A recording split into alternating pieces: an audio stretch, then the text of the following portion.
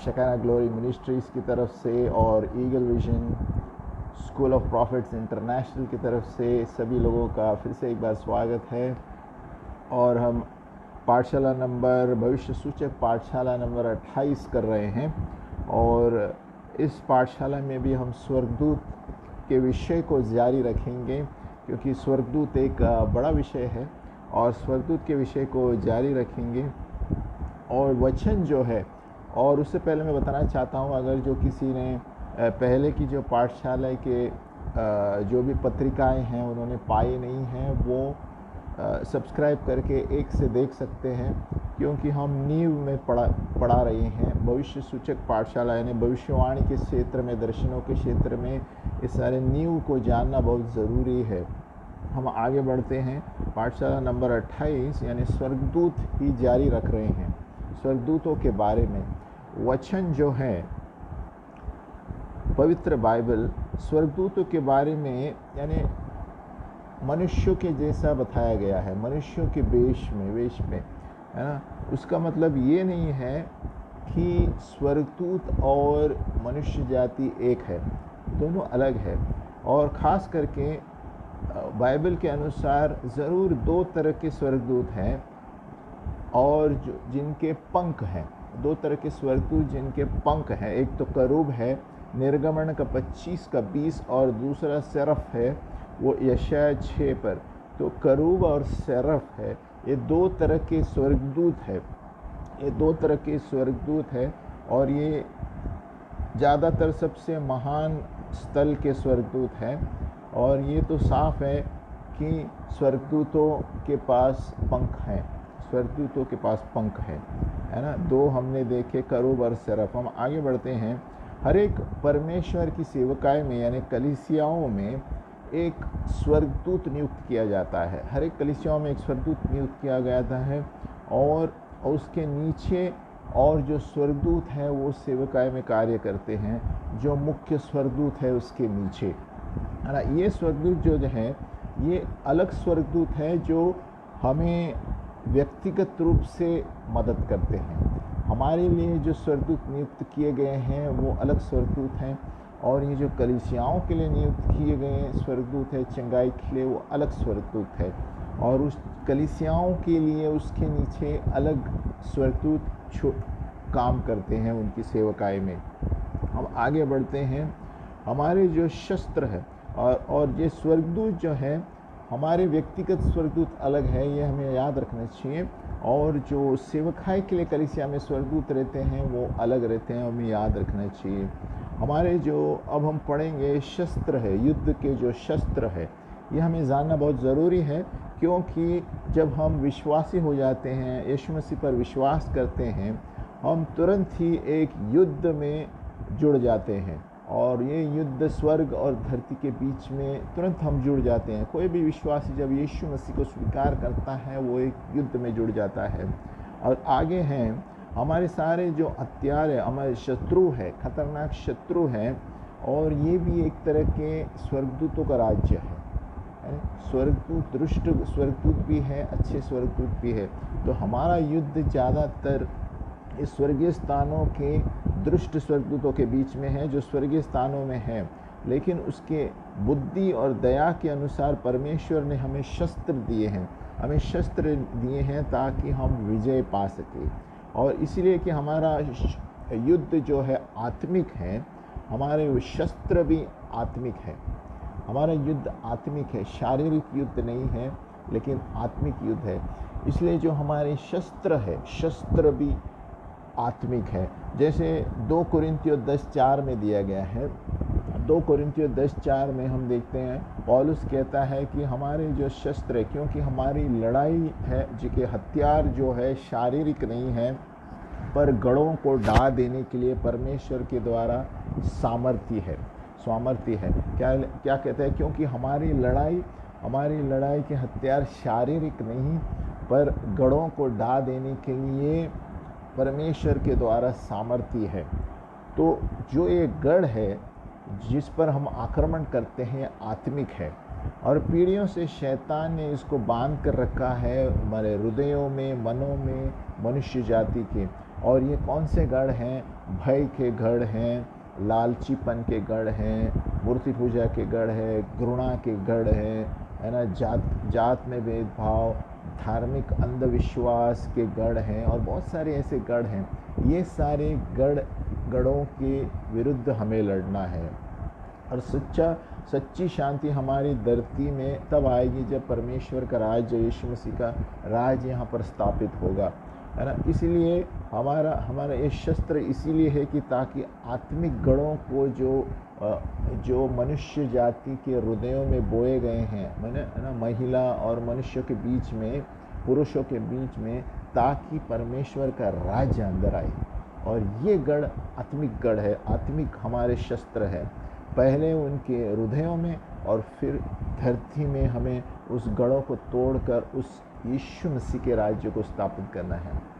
ये हम इसीलिए पढ़ रहे हैं क्योंकि स्वर्गदूतों के क्षेत्र में दुष्ट स्वर्गदूतों का राज्य है, जो लूसीफर का राज्य है, तो उसके विरुद्ध हमें लड़ना है। तो हमारे आत्मिक शस्त्र भी आत्मिक होने चाहिए। हम आगे बढ़ते हैं। 7 आत्मिक शस्त्र है। एफिसियों 6:13 से 18 हम सब जानते हैं 7 आत्मिक शस्त्र है। और उसमें दिया गया है रोमी सैनिक का एक चिन्ह दिया गया है। रोमी सैनिक के तरह रोमी सैनिक जो उस दिनों में पहनते थे, है ना। सबसे पहले 7 आत्मिक शस्त्र में से पहला है सत्य से अपनी कमर को कसकर बांधो, गर्डल ऑफ ट्रूथ। यानी इसका मतलब क्या है? सत्य से अपनी कमर कसकर और धार्मिकता की झिलम पहनकर। यानी सत्य का ये जो रोमी सैनिक थे, ये रोमिक सैनिक लोग जो हैं तो ऐसे ढीले कपड़े पहनते थे जो अपने घुटनों तक रहते थे।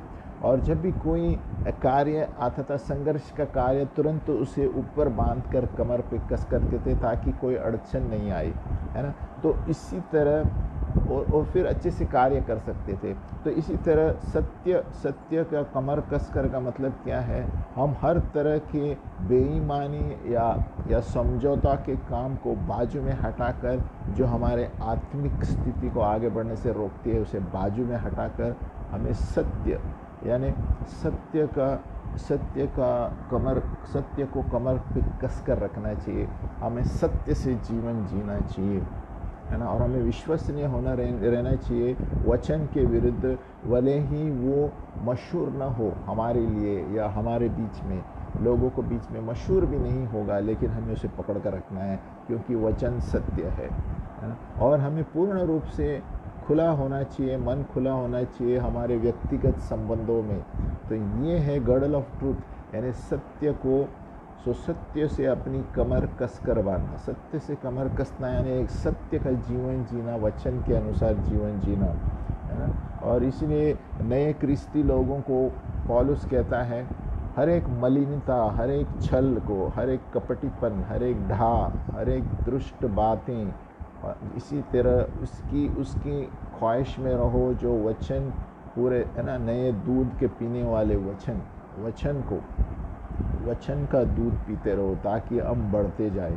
और ये एक शर्त है ना, आत्मिक प्रकाशन के लिए हम सत्य से हमारा जीवन बिताए। उसका मतलब सत्य से कमर कसकर, ताकि कोई अड़चन नहीं आए बेईमानी की, असत्य की, जिसके द्वारा हमारे आत्मिक रूप यानी आत्मिक जीवन को कोई रोक पाए। नंबर 1। नंबर 2 है, भजन संहिता 51:6 में भी राजा दाऊद कहता है कि देख तू हृदय की सच्चाई से प्रसन्न होता है और मेरे मन ही में ज्ञान सिखाएगा। तो परमेश्वर अपना छुपा हुआ बुद्धि उसी को बताता है जिनके अंदर हृदय में सच्चाई है ना। देख तू हृदय की सच्चाई से प्रसन्न होता है। प्रभु हृदय की सच्चाई से प्रसन्न होता है, और वो एक हमारा आत्मिक शस्त्र है जिसके शैतान के विरुद्ध हम लड़ सकते हैं, ताकि उसको कोई दरवाज़ा खोल देख नहीं पाए हमारे विरुद्ध। देखो, कोई भी अगर जो हम दरवाज़ा खोलते हैं, जो गलती है, हमारे पाप का जीवन है, वहाँ पर शैतान हमारे विरुद्ध आक्रमण करता है और हम आत्मिक युद्ध जीत नहीं पाएंगे। तो नंबर 2 है सो सत्य से अपनी कमर कसकर और धार्मिकता की जिलम पहनकर। नंबर 2 है धार्मिकता का जिलम, हमारे शस्त्र युद्ध लड़ने के लिए आत्मिक युद्ध, यानी ये हमारे हृदय को सुरक्षित रखता है ना।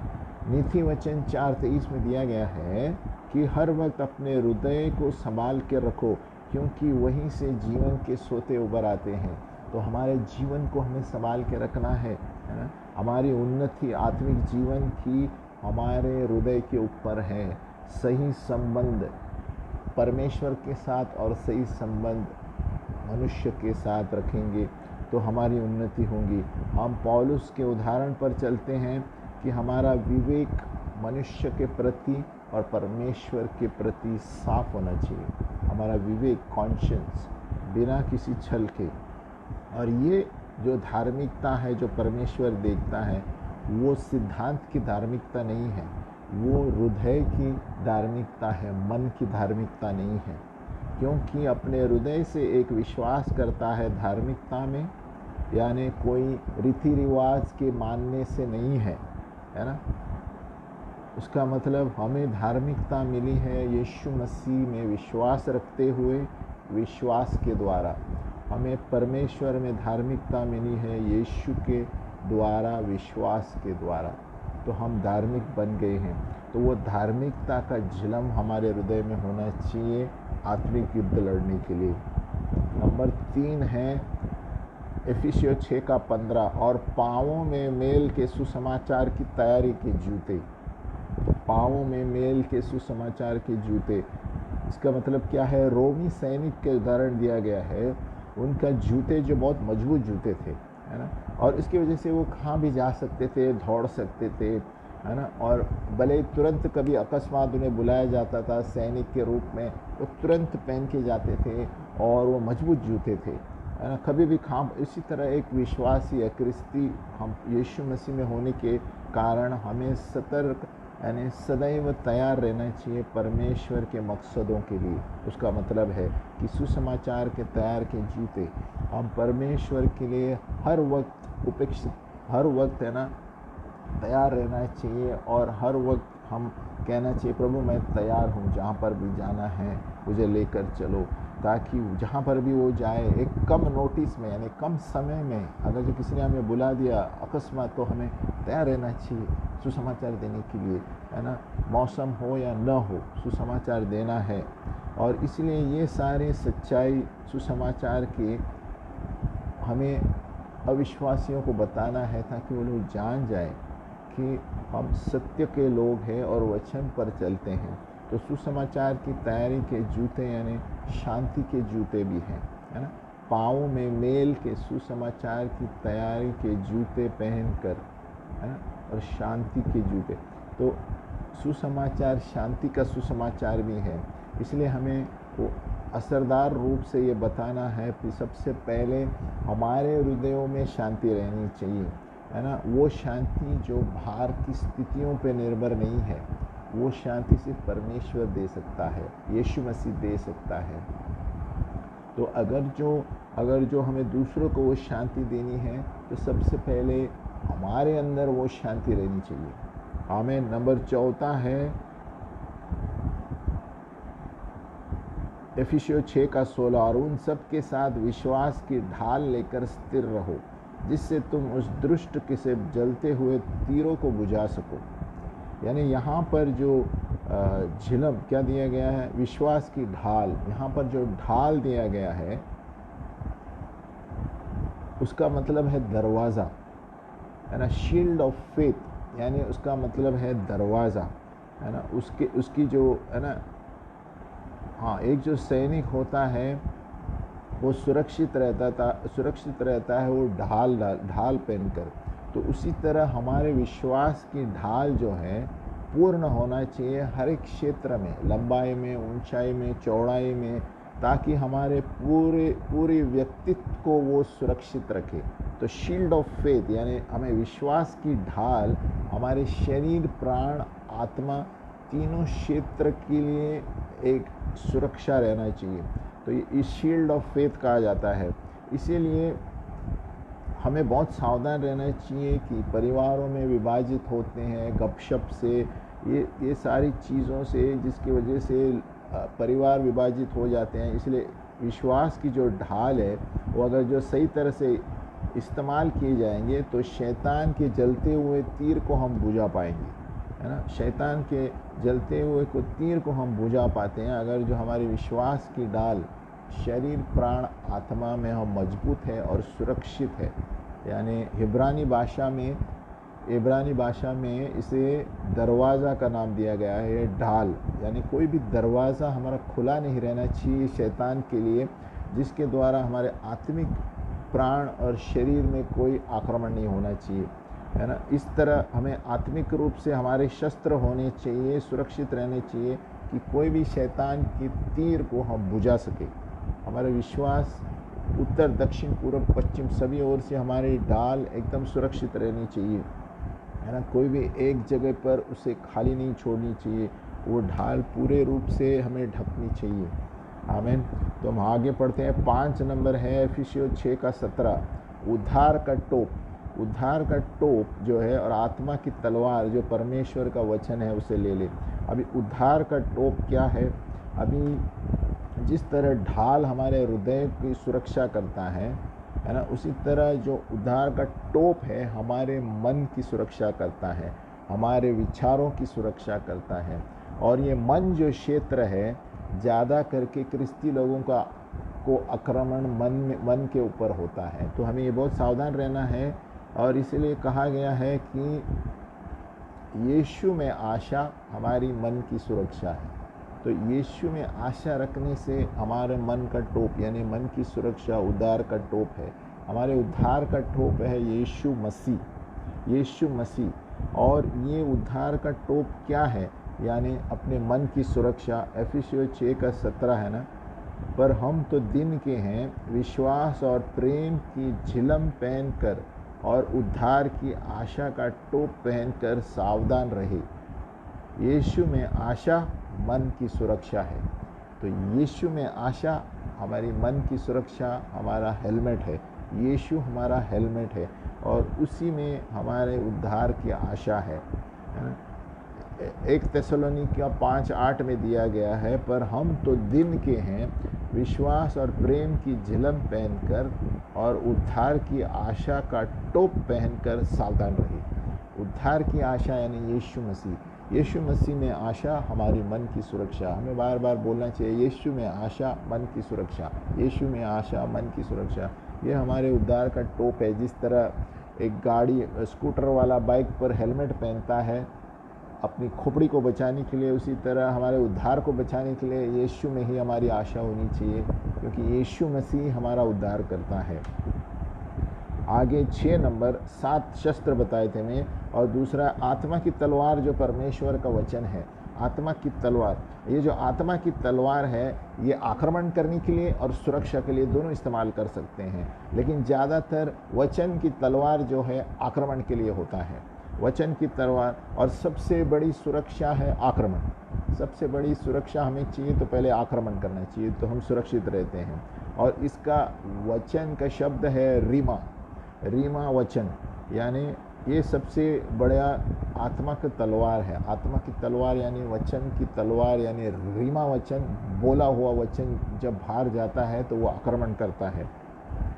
3 बार जब शैतान ने यीशु मसीह के पास आक्रमण किया, हर एक बार यीशु ने यही दोहराया, ये लिखा गया है। यीशु मसीह ने स्वर्गदूत को नहीं बुलाया, यीशु मसीह ने कहा ये लिखा गया है। यानी यीशु मसीह ने आत्मा की तलवार इस्तेमाल की रेगिस्तान में, और हमें भी वही करना चाहिए। आत्मा की तलवार यानी बोला हुआ वचन, रीमा शब्द होता है बोला हुआ वचन, और प्रभु का बोला हुआ वचन आक्रमण करता है तलवार की तरह, दुधारी तलवार की तरह, है ना। तो वही शस्त्र प्रभु ने हमें भी दिया है। इसलिए 2 चीज़ हमारे मन में हमें ठान कर रखना है। सबसे पहले प्रभु यीशु मसीह पहले से पवित्र आत्मा से भरा हुआ था। वो पवित्र आत्मा है जिसके वजह से उन्होंने वचन का इस्तेमाल किया। नंबर 2, यीशु मसीह यहूदी लड़का था उस दिनों में, अपने दिन के अनुसार वो भी एक यहूदी लड़का था, लेकिन उन यहूदियों को वचन के हर एक पंक्तियाँ मनन करने को दी जाती थी, और वो वचन के वजह से उसने तुरंत वचन इस्तेमाल किया रेगिस्तान में।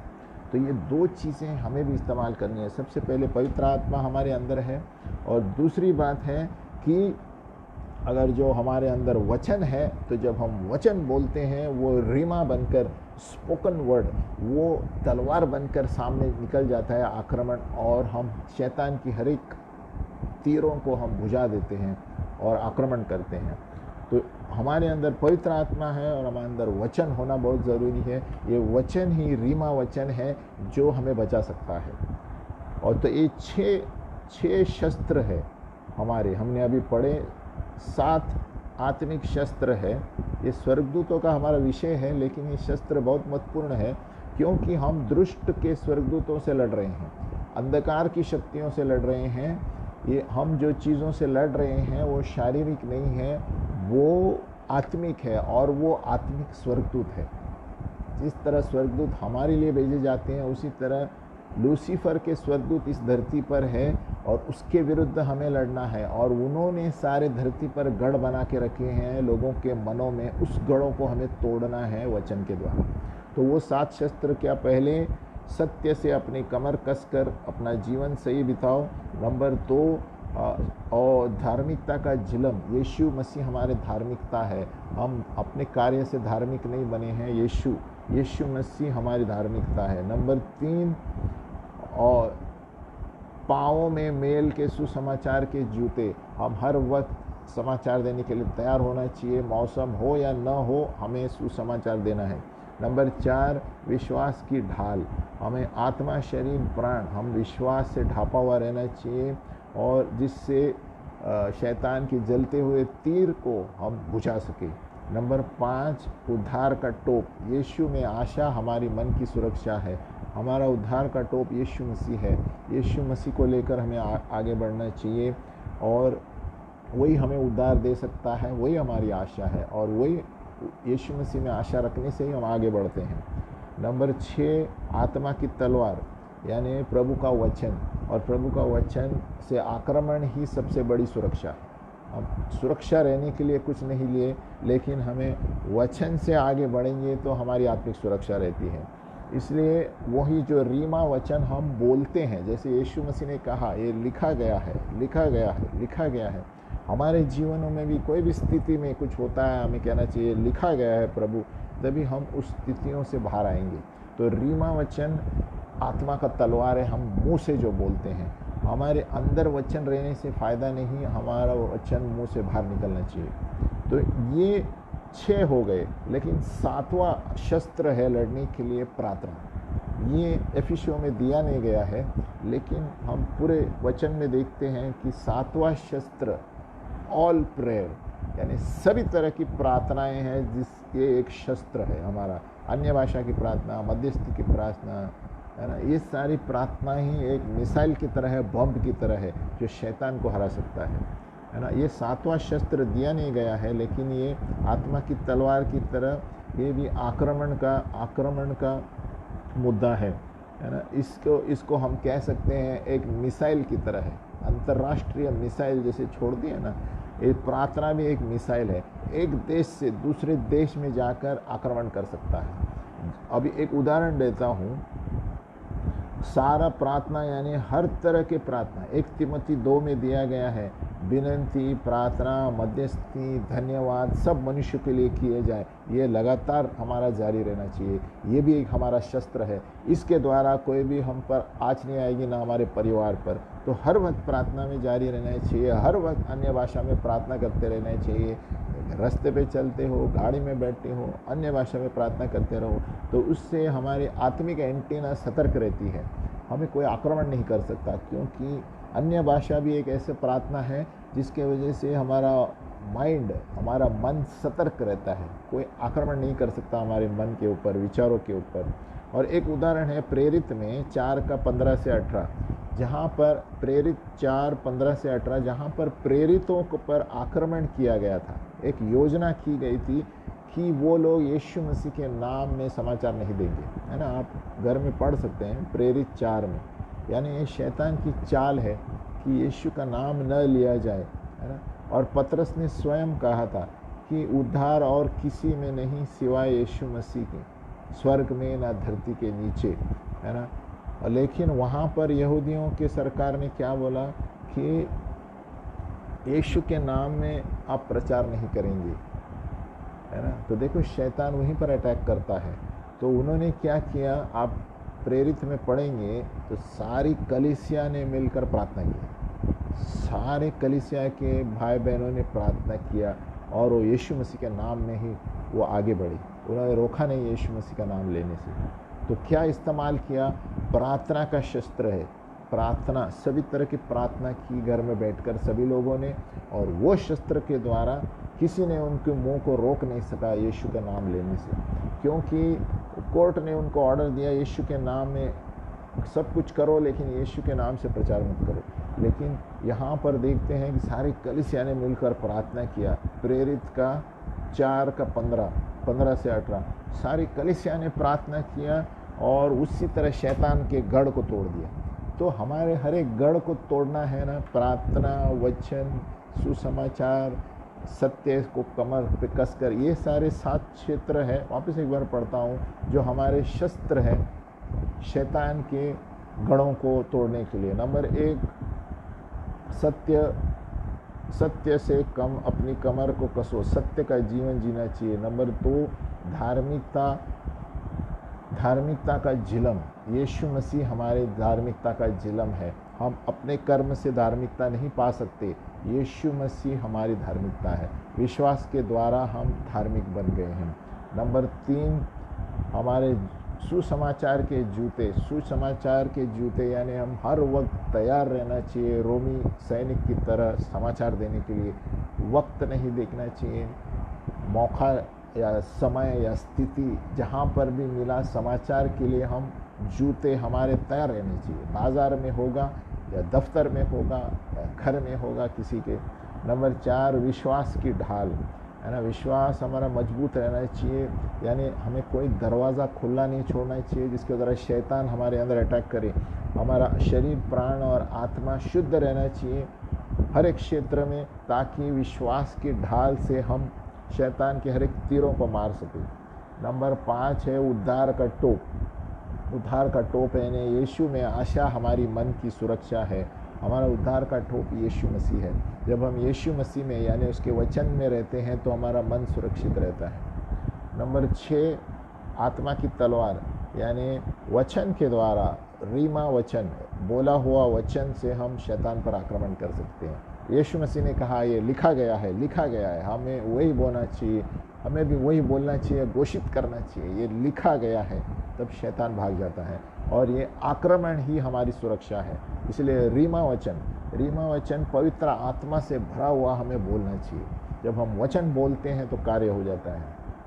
और 7 सब तरह की प्रार्थनाएं, यानी हर तरह की प्रार्थनाओं में हम लगातार जारी रहना चाहिए। अन्य भाषा में प्रार्थना, मध्यस्थी की प्रार्थना, कलीसिया में, ग्रुप में प्रार्थना, ये जितने प्रार्थनाएं हम करते हैं उससे वातावरण बदल जाता है और हमारे मन और परिवार और स्थितियों को बदल देता है। इसलिए बहुत सारे लेखक जो हैं सभा शुरू करने से पहले वचन बोलते हैं। आपने देखा होगा बहुत सारे प्रचारक सभा शुरू करने से पहले एक वचन जोर से घोषित करते हैं। उससे क्या होता है, आत्मिक वातावरण सुरक्षित रहता है और शैतानी शक्तियाँ भाग जाती हैं। हमें भी करना चाहिए, कोई भी सभा शुरू करने से पहले एक वचन बोलना चाहिए, एक वचन जो आपको शस्त्र के रूप में है। आमीन। हम आगे बढ़ते हैं। अभी हम स्वर्गीय यानी स्वर्गदूतों के दर्शन, हम वो शस्त्र इसलिए पढ़े थे क्योंकि स्वर्गदूतों के सामने लड़ने के लिए ये शस्त्र ज़रूरी है, 7 शस्त्र। क्योंकि शैतान के स्वर्गदूत भी हैं और प्रभु के भी स्वर्गदूत हैं। तो शैतान के स्वर्गदूतों ने जो गढ़ बना रखे हैं इस धरती पर, उसको हमें तोड़ना है उस शस्त्रों के द्वारा। अभी हम आगे बढ़ते हैं कि स्वर्गदूतों के दर्शन।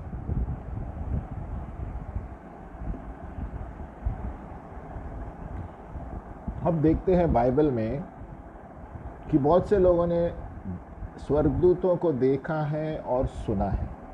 बाइबल में आप देखते हैं स्वर्गदूतों को हम पढ़ते हैं, स्वर्गदूत आए, देखा है, इन्हें सुना भी है। ये हो सकता है कि शारीरिक रूप में भी आपको स्वर्गदूत सामने आएगा, शारीरिक रूप में भी स्वर्गदूत सामने आ सकता है। और ये जब होता है, ये आप दर्शन नहीं देख रहे हैं आत्मा में। जब कोई स्वर्गदूत आके सामने खड़ा होता है, वो आप कोई दर्शन नहीं देख रहे हैं, वो शारीरिक रूप से परमेश्वर का दास आपके सामने खड़ा है। और वो ऐसे जगह पर आते हैं जहाँ पर वो शांतता से आपसे बातें कर सकता है, स्वर्गदूत। और कभी कभी ये डरावना अनुभव हो सकता है। स्वर्गदूत जब सामने आते हैं, कभी कभी डरावना सा अनुभव होता है, ज़्यादातर हम देखते हैं, क्योंकि वो परमेश्वर की महिमा से भरे हुए हैं और उसकी पवित्रता से भरे हुए हैं। और इसलिए वो जब नज़र आएंगे तो परमेश्वर की महिमा नज़र आती है। इसलिए लोग थरथराते हैं जब स्वर्गदूत रूम में आते हैं या सामने आते हैं। तो हमें भी ऐसे ही होगा। इसलिए हर वक्त आप बाइबल में देखेंगे तो स्वर्गदूत कहते हैं डरो मत, डरो मत, ऐसे इस्तेमाल करते हैं, है ना। तो स्वर्गदूत परमेश्वर की महिमा लेकर सामने खड़े हो जाते हैं शारीरिक रूप से। इब्रानियों 13:2 में दिया गया है कि अनजान में लोग अतिथि सत्कार जब करते हैं किसी परिवार में, तो किसी किसी को पता भी नहीं, स्वर्गदूत का आमंत्रण करते हैं, है ना, ऐसा दिया। लेकिन ज़्यादातर जब स्वर्गदूत का दर्शन होता है, आप जान जाएंगे स्वर्गदूत अंदर है। आप आत्मा में जान जाएंगे कि या तो आत्मिक रूप से जानेंगे कि इधर कोई खड़ा है, या तो अगर जो प्रभु ने चाहा तो स्वर्गदूत सामने आएगा और बातें करेगा आपसे, है ना। अभी ज़्यादातर हम देखते हैं कि लोग भयभीत हो गए थे, स्वर्गदूत आते हैं तो अभी भी आज के दिन में और आगे के दिन में ये स्वर्गदूतों के दर्शन ज़्यादा होने वाले हैं। हमें सावधान रहना चाहिए और तैयार रहना चाहिए और खुश रहना चाहिए, क्योंकि जब स्वर्गदूत हमारे सामने आते हैं तो हम एकदम निश्चिंत हो जाते हैं कि हमारे लिए लड़ने, हमारे साथ लड़ने के लिए कोई है। तो हम किसी के साथ डरते नहीं है, किसी के विरुद्ध। तो स्वर्गदूत ज़्यादातर आते हैं और जहाँ पर भी आएंगे तो वो कहते हैं फियर नॉट, है ना, डरो मत। आप देखेंगे बाइबल में मरियम भी जब स्वर्गदूत आए तो उन्होंने कहा डरो मत, मैं परमेश्वर से भेजा हुआ हूँ, है ना। और इतिहास कहता है कि एक स्वर्गदूत से परमेश्वर ने इब्रानियों 11:28 एक स्वर्गदूत से मिस्र देश में कितने लाखों को पहलौटे को मारा। एक स्वर्गदूत, एक ही स्वर्गदूत के द्वारा जो पहलौटे को मारा गया मिस्र देश में, एक स्वर्गदूत काफ़ी है। इतना सामर्थ है, इतनी परमेश्वर की महिमा है ना। और आगे भी हम पढ़ते हैं 2 शमूएल 24 में, जब राजा दाऊद ने पाप किया जब बत्शेबा के साथ, तो उन्होंने 1000 लोगों को मारा एक स्वर्गदूतों के द्वारा। दाऊद के पाप के वजह से उन्होंने महामारी लेकर आए, परमेश्वर ने महामारी भेजी स्वर्गदूत के द्वारा। और यूँ कि स्वर्गदूत जो है परमेश्वर की ओर से आते हैं, तो ये आश्चर्य होने की बात नहीं है कि महिमा लेकर आएंगे नीचे। वो जब स्वर्गदूत को आप देखते हैं तो समझो महिमा खड़ी है परमेश्वर की वहाँ पर। तो इसलिए 99% जब स्वर्गदूत उतरते हैं आपके रूम में या कलीसिया में, तो लोग थरथराने लगते हैं, और क्योंकि परमेश्वर की महिमा उतर आती है नीचे। हम आगे बढ़ते हैं और बहुत सारे ऐसे घटनाएं हैं जहाँ पर स्वर्गदूत के दर्शन हुए, जो हम वचन में देखते हैं। एक स्वर्गदूत गिडियोन, न्यायों के पुस्तक में 6:12, न्यायों के पुस्तक में 6:12 में गिडियोन जो एक नम्र व्यक्ति था, खेत में था बैठा हुआ, जब भी प्रभु ने आकर, उस दूत ने आकर उसको नियुक्त किया और हुक्म किया। नंबर 2, सैमसन की माँ को न्यायों 13:3 में एक स्वर्गदूत आया और उनको सिद्धांत कुछ बताया कि आपको सैमसन को किस तरह बढ़ाना है। स्वर्गदूत आके बात किया। और सैमसन के पिता जो थे उन्होंने वो दर्शन नहीं पाया। उसके माँ ने बताया कि एक स्वर्गदूत आया था, तो सैमसन ने प्रार्थना की कि प्रभु मुझे भी वो स्वर्गदूत देखना है, उसके पिता ने। और वो स्वर्गदूत फिर आया, क्योंकि परमेश्वर ने उसकी प्रार्थना का आदर किया, है ना। आप पढ़ो न्यायों 13:8 से 21। वो स्वर्गदूत जो है 2 बार आया। पहले उसकी सैमसन के माँ को बताने आया कि आपको कैसे पालन पोषण करना है आपके पुत्र का जो बड़ा होने वाला है, और दूसरी बार उसके पिता ने देखा नहीं, तो वो फिर से उन्होंने प्रार्थना की प्रभु इनको भी बता दे। तो स्वर्गदूत फिर से पिताजी के साथ आकर बात किया, न्यायों 13:8, है ना।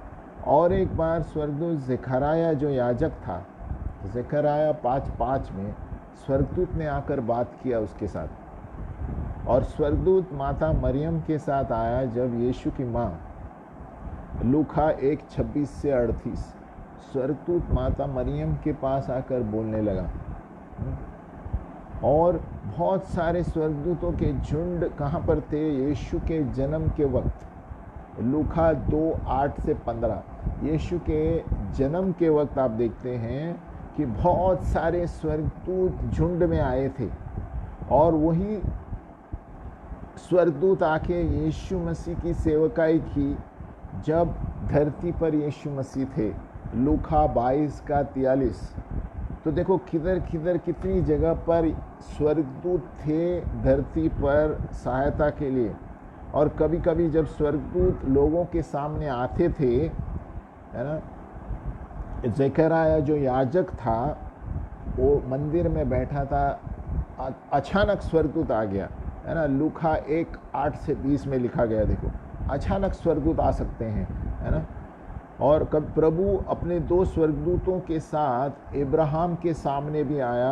अभी उत्पत्ति 18:1 और 2 हम देखेंगे कि उत्पत्ति 18:1 से तो प्रभु अपने 2 दूतों के साथ तुरंत हवा में आ गए इब्राहिम के साथ, और उसके दरवाजे सामने 2 जन आके बैठ गए।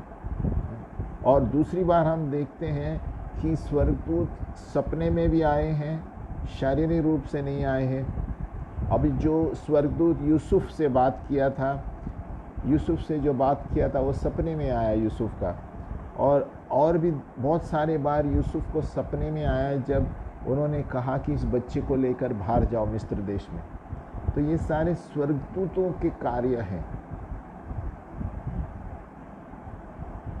और कभी कभी स्वर्गदूत जो है आपके सामने हमारी तरह आते और जाते रहेंगे, आपको पता नहीं चलेगा। कभी कभी स्वर्गदूत सामान्य मनुष्य की तरह आते दिखाई देते हैं, जाते दिखाई देते हैं। यहाँ उदाहरण कहाँ पर है? उत्पत्ति 18:16। उत्पत्ति 18:16 में हम देखते हैं, फिर वे पुरुष वहाँ से चलकर सदोम की ओर ताकने लगे। ये पुरुष कौन थे? स्वर्गदूत थे। और इब्राहिम उन्हें विदा करने के लिए उनके संग संग चला। उत्पत्ति 18:22। सो वे पुरुष वहाँ से मुड़ के सदोम की ओर जाने लगे। यानी वो हमारी तरह चल के जा रहे थे। यानी स्वर्गदूत हमारी तरह भी चल के जा सकते हैं, और कभी परमेश्वर की महिमा में आ सकते हैं, हम तरतराते हैं। कभी स्वर्गदूत एकदम सामान्य मनुष्य की ओर से आते हैं और जाते हैं। तो देखो कितने तरह से स्वर्गदूत कार्य में है ना। सदोम, फिर वे पुरुष वहाँ से चल कर सदोम की ओर ताकने लगे, यानी चल कर गए वो। और 18 उत्पत्ति 18:22 में वे पुरुष वहाँ से मुड़ के सदोम की ओर आने लगे, यानी जा रहे हैं, आ रहे हैं। स्वर्गदूत चल के भी जाते हैं, हमारी तरह सामान्य लोग भी नज़र आते हैं।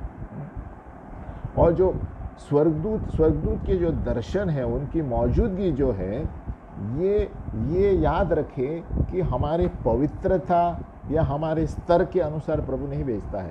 बहुत से लोगों का ये गलत फहमी है कि अरे इसने स्वर्गदूत को देखा है, बहुत पवित्र व्यक्ति होगा। ऐसा कुछ नहीं है, ये परमेश्वर की इच्छा है। बहुत से लोग ये सोचते हैं कि अरे वो पास्टर है, वो प्रेरित है, इसके लिए स्वर्गदूत नज़र आता है। ऐसा कुछ नहीं है। ये वहम हमारे मन में से निकालना चाहिए। परमेश्वर जिसे चाहा उसको स्वर्गदूत लाकर सामने खड़ा कर सकता है। लेकिन हाँ, एक बात है कि हमारा जीवन पवित्र जीवन रहना चाहिए, और एकदम साफ जीवन रहना चाहिए, फिर परमेश्वर की इच्छा है जितना हम भूखे रहेंगे तभी स्वर्गदूत देख पाएंगे। लेकिन ये वहम ये हम निकालना चाहिए कि स्वर्गदूत उन्हीं को नज़र आते हैं जो पवित्र, एकदम पवित्र लोग हैं, है ना, या बहुत अभिषिक्त लोग हैं, या जिसका बुलावा है उसके परमेश्वर का। ऐसा कुछ नहीं है। हमें अपना जीवन साफ रहना चाहिए, प्रभु अपना कार्य करेगा। और हमें भविष्यवाणी या भविष्य सूचक क्षेत्र में जितना हम दिलचस्पी रखेंगे उतना प्रभु हमें दर्शन दिखाएगा स्वर्गदूतों के बारे में। हमारी भूख भी प्रभु देखता है, हम कितने भूखे हैं स्वर्गीय क्षेत्र के लिए, स्वर्गीय स्थानों के लिए हम कितने भूखे हैं। अगर जो हम खाली संडे टू संडे आके जाएंगे तो प्रभु हमें कुछ नहीं बताने वाला है। तो स्वर्गदूत जो है हमारे पवित्रता के अनुसार नहीं दिखाई देते हमारे, या ये नहीं सोचे कि हमारा स्तर ऊंचा है, कलीसिया में हम लीडर हैं, उन्हीं को स्वर्गदूत नज़र आते हैं। ऐसा कुछ नहीं है, ये परमेश्वर के ऊपर है। और कुछ हद तक हमारे ऊपर इसलिए है कि हम अगर जो अच्छा जीवन बिताएं और परमेश्वर की खोज में रहे और कहें कि प्रभु मैं स्वर्गीय चीज़ों को देखना चाहता हूँ, तो प्रभु बताएगा। परमेश्वर हमारी अगर जो हम रोज़ प्रार्थना करें, एफिसियों 1:17, प्रभु मेरी आत्मिक आंखों को ज्योतिर्मय बना, जैसे एलाइजा ने अपने सेवक के लिए प्रार्थना किया, एलीशा ने, तो तभी वो देखने लगा कि स्वर्ग के रथ, जब तक वो नहीं देख पाया। तो हमें रोज़ प्रार्थना करनी चाहिए सोने से पहले, प्रभु मेरी आत्मिक आंखों को ज्योतिर्मय बना दे, मेरे हृदय को, आत्मिक हृदय को ज्योतिर्मय बना दे। रोज़ रात को और सवेरे उठने से पहले प्रभु मेरी आत्मिक आंखें खोल, आत्मिक आंखें खोल, आत्मिक आंखें खोल। तभी प्रभु आपको स्वर्गीय क्षेत्र में दिखाना शुरू करेगा। तो ये हमारी ओर से हमें भी कुछ करना है, क्योंकि अगर जो हम भूख नहीं बताएंगे प्रभु को, प्रभु कुछ नहीं बताएगा। लेकिन ये गलत सोच है कि स्वर्गदूत उन्हीं को नज़र आते हैं जो बहुत पवित्र है। ऐसा नहीं है, ऐसा कुछ नहीं है। और बाइबल में ये भी दिया गया है कि वो यीशु मसीह जब छोटा था तो वो स्वर्गदूत भी आए थे वहाँ पर, उसके बाद वो गायब हो जाते हैं। इसलिए स्वर्गदूतों का दर्शन है, ये परमेश्वर का मकसद है। हम कोई वहम नहीं रख सकते कि हाँ वो फलाना आदमी बहुत ऊंचा स्तर है, प्रेरित है, इसलिए स्वर्गदूत नज़र आता है, ये बहुत पवित्र व्यक्ति है, ये बहुत पवित्र महिला है, इसके लिए स्वर्गदूत नहीं, ये गलत फहमी है। ये परमेश्वर के मकसद के अनुसार वो भेजेगा, हम उसको प्रश्न नहीं कर सकते, है ना। और इसलिए हमें किसी का न्याय नहीं कर सकते एक व्यक्ति के आत्मिक जीवन का, उसके अभिषेक के ऊपर कि स्वर्गदूत दिखाई देते हैं। और अभी हम अंत में देखेंगे कितने तरीके के स्वर्गदूत हैं। जब हम स्वर्गदूत नाम सुनते हैं, शब्द सुनते हैं, एंजल, यानी तुरंत हमें उत्तर आना चाहिए संदेश देने वाला, मैसेंजर। बाइबल के अनुसार स्वर्गदूत यानी मैसेंजर, कुछ न कुछ प्रभु के कार्य करने आता है ना। जहाँ पर भी आप देखेंगे उसका अर्थ एक ही है, स्वर्गीय संदेश वाला, यानी स्वर्गीय संदेश लेकर आने वाला, है ना। और अलग अलग स्वर्गदूत अलग अलग कार्य के लिए चुने गए हैं, बाइबल में आप देखते हैं। और ये बहुत बड़ी लिस्ट है, इसमें से कुछ मैंने चुने हैं और ये सारे कुछ कार्य वो करते हैं। देखो, स्वर्गदूत जो है संदेश लेकर आते हैं परमेश्वर से मनुष्य जाति के लिए, उत्पत्ति 19:15। नंबर 2, स्वर्गदूत छुटकारा देते हैं और परमेश्वर के लोगों की सुरक्षा करते हैं, परमेश्वर के दास जो है उनकी सुरक्षा करते हैं। निर्गमन 14:19, भजन संहिता 91। नंबर 3, स्वर्गदूत जो है आत्मिक युद्ध हमारे साथ लड़ते हैं शैतानी शक्तियों के विरुद्ध, अगर जो हम बुलाएंगे तो, है ना। तो स्वर्गदूत जो आत्मिक युद्ध लड़ते हैं शैतानी, डैनियल का 10 आप पढ़ेंगे, डैनियल का 10, 12 से 13।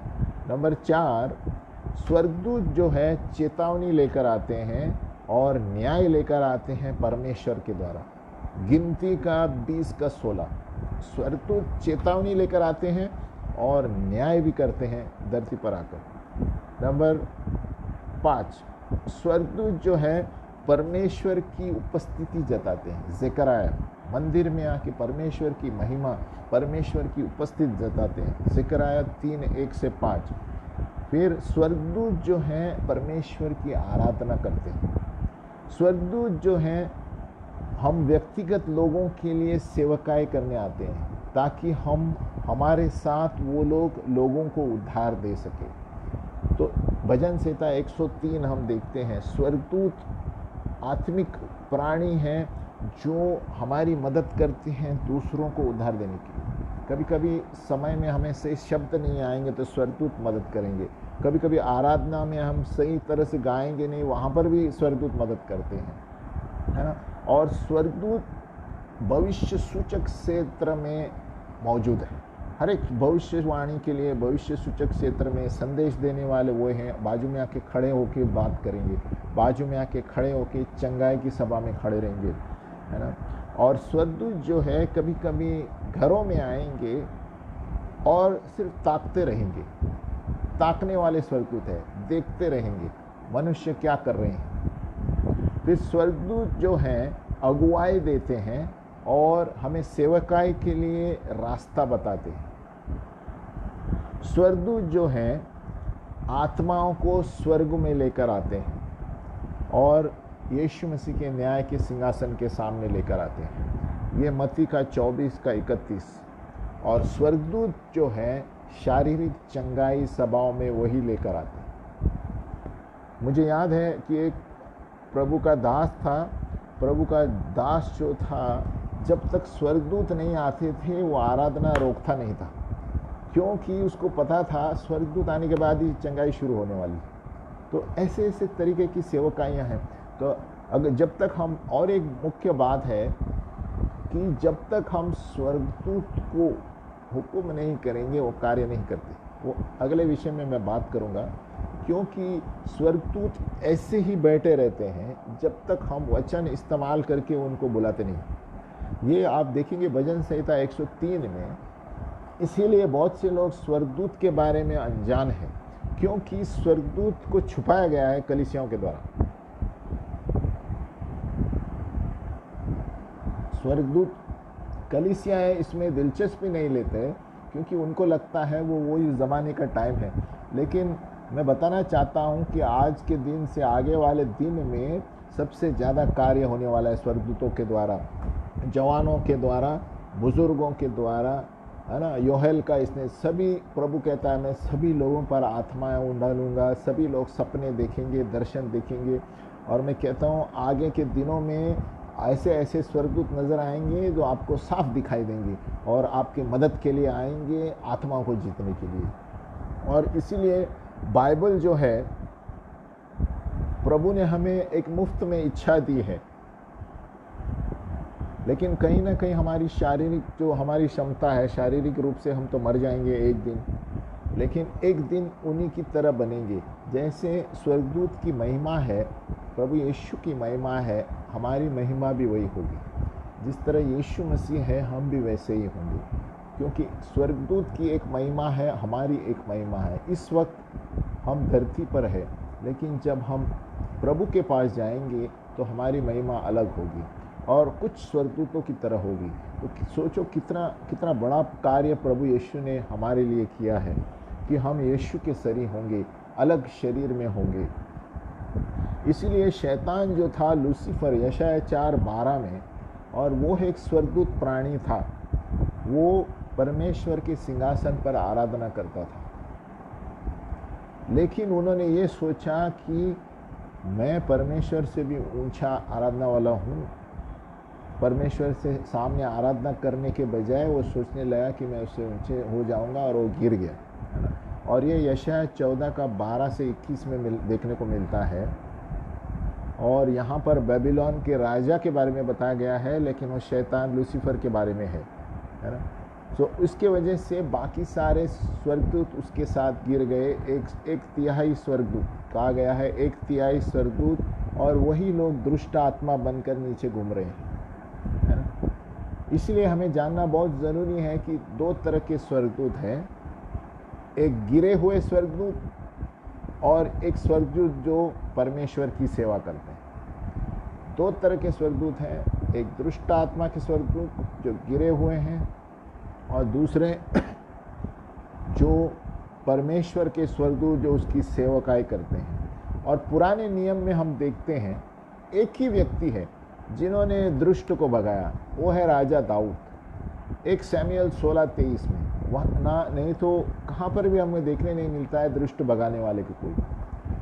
1 शमूएल 16:23 में राजा दाऊद एक ही व्यक्ति था जिन्होंने दुष्ट को भगाया, ऐसे बताया गया है। लेकिन नए नियम में यीशु मसीह, उसके प्रेरित और सभी लोगों ने पवित्र आत्मा के द्वारा शैतानों को भगाया है। और आज हम वो कार्य कर रहे हैं यीशु मसीह के वजह से। आज हमारे अंदर भी वो पवित्र आत्मा है जो पुराने नियम में कोई नहीं कर पाया। हमारे अंदर भी अगर जो हम आत्मिक शस्त्र लेकर चलेंगे तो हम भी वही करते हैं जो यीशु मसीह ने किया। हमारे सामने भी कोई भी गढ़ खड़े रहने की हिम्मत नहीं करेंगे। लेकिन हमारे अंदर ये 7 शस्त्र रहना चाहिए जो हमने बताया। सत्य का कमर, क्या हमने पढ़ा, ये 7 शस्त्र रहना चाहिए। नंबर 1, सत्य से अपने कमर कस कर जीवन जियो। नंबर 2, हमारे धार्मिकता का झिलम रहना चाहिए। हमारा धार्मिकता हमारे कर्म से नहीं, यीशु मसीह से आता है, और वही इब्राहिम ने भी धार्मिकता पाई। नंबर 3, हमारे सुसमाचार के जूते स्वयं तैयार रहने चाहिए, है ना, तैयार रहने चाहिए, मौसम हो या न हो। नंबर 4, विश्वास की ढाल, हमें विश्वास की ढाल मजबूत रहनी चाहिए शैतान के सारे तीरों को हटाने के लिए, है ना। नंबर 5, हमारे उद्धार का टोप रहना चाहिए। यीशु मसीह में आशा हमारी मन की सुरक्षा है। उद्धार का टोप यानी हमारा मन का टोप यीशु मसीह हमारे सुरक्षित रख सकता है, और यीशु मसीह के द्वारा ही हम सभी को हरा सकते हैं। यीशु मसीह यानी उसका वचन। नंबर 6 है आत्मा की तलवार यानी परमेश्वर का वचन, और वो वचन ही है जो हमें आक्रमण करके हम सुरक्षित रहेंगे। हम वचन के द्वारा जब आक्रमण करेंगे तो शैतान भाग जाता है।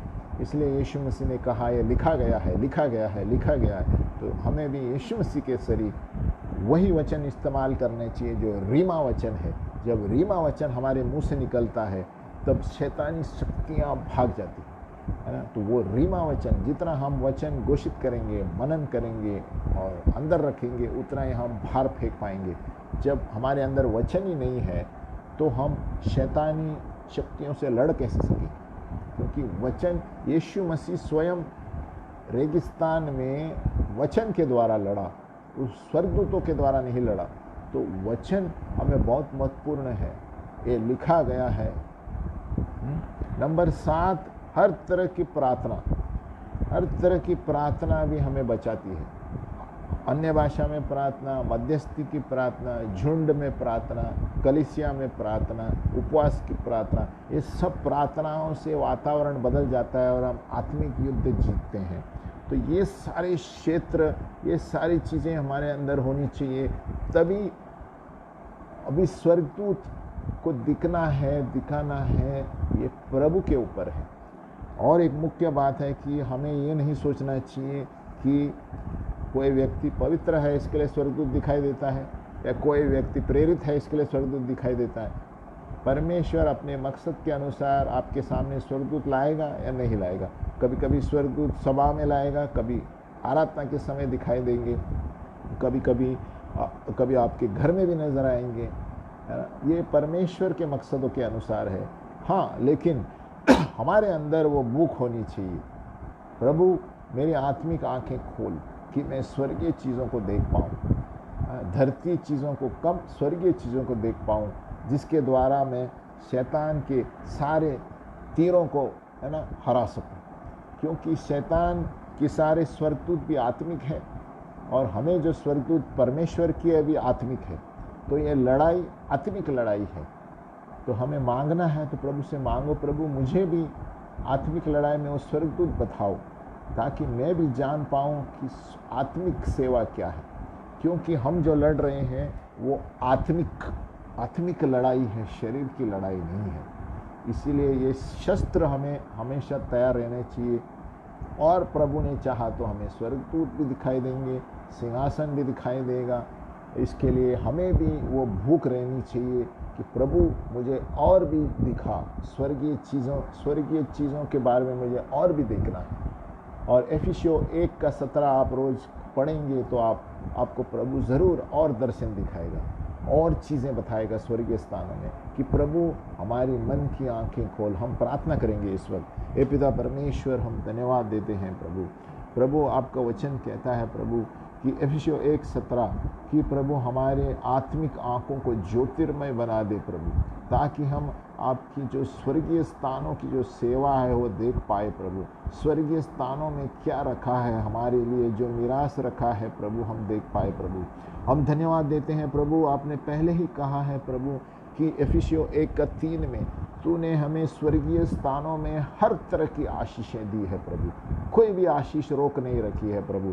इसलिए हम वही आशीषों को मांगते हैं प्रभु, पैसों की आशीष नहीं, हम वही स्वर्गीय स्थानों की आशीष मांगते हैं जो हमारे लिए तूने रखा है प्रभु, ताकि हम देख पाएँ प्रभु वो आत्मिक चीज़ों में जो आशीष है, जो धरती की चीज़ों में नहीं है प्रभु, वो चीज़ें हम देखना चाहते हैं प्रभु। यीशु के नाम में प्रार्थना करते हैं, आमीन, हालेलुया।